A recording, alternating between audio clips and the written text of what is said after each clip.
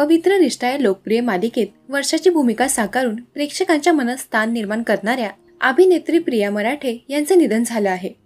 वयाच्या अवघ्या 38व्या वर्षी त्यांनी कर्करोगाशी झुंज देताना अखेरचा श्वास घेतला. या बातमीने हिंदी आणि मराठी मनोरंजन सृष्टीसह त्यांच्या चाहत्यांना मोठा धक्का बसला आहे. 31 ऑगस्ट 2025 रोजी मीरा रोड येथील निवासस्थानी त्यांचं निधन झालं. या दुर्दैवी घटनेने कर्करोगासारख्या जीवघेण्या आजाराबद्दल पुन्हा एकदा गंभीर चर्चा सुरू झाली आहे. मीडिया अहवालानुसार प्रिया मराठे यांच्या मृत्यूचं कारण कर्करोग असल्याचं सांगितलं जात असलं तरी त्यांना नेमका कोणत्या प्रकारचा कर्करोग झाला होता हे स्पष्ट झालेले नाही. अहवालानुसार त्या काही काळापासून कर्करोगावर उपचार घेत होत्या. मात्र अचानक त्यांच्या शरीरातील पेशींनी उपचारांना प्रतिसाद देणं बंद केलं आणि कर्करोग वेगाने पसरला, ज्यामुळे त्यांचं निधन झालं.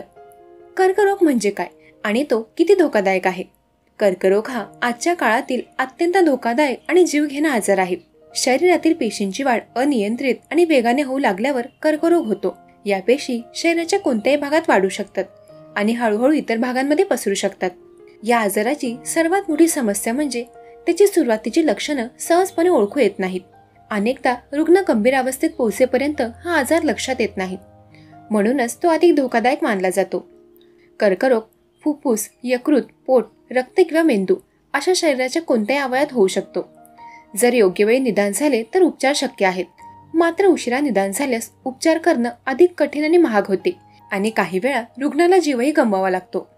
कर्करोगाची संभाव्य लक्षणं: सततचा थकवा, कोणतेही मोठे शारीरिक श्रम न करताही सतत थकल्यासारखं वाटणं, वजन घटणं, कोणत्याही कारणाशिवाय अचानक वजन कमी होणे, शरीरावर कोणत्याही भागात नवीन गाठ येणे किंवा असलेल्या गाठीचा आकार वाढणे, खूप दिवसांपासून खोकला असणे जो सामान्य औषधांनी बरा होत नाही, भूक न लागणे, अपचन किंवा इतर पचनाच्या समस्या सातत्याने जाणवणे, अचानक रक्तस्राव, कोणत्याही स्पष्ट कारणाशिवाय रक्तस्राव होणे.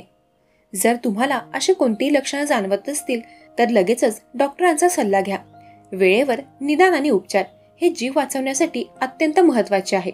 आपल्या आरोग्याबाबत निष्काळजीपणा करणं आपल्यासाठी घातक ठरू शकते.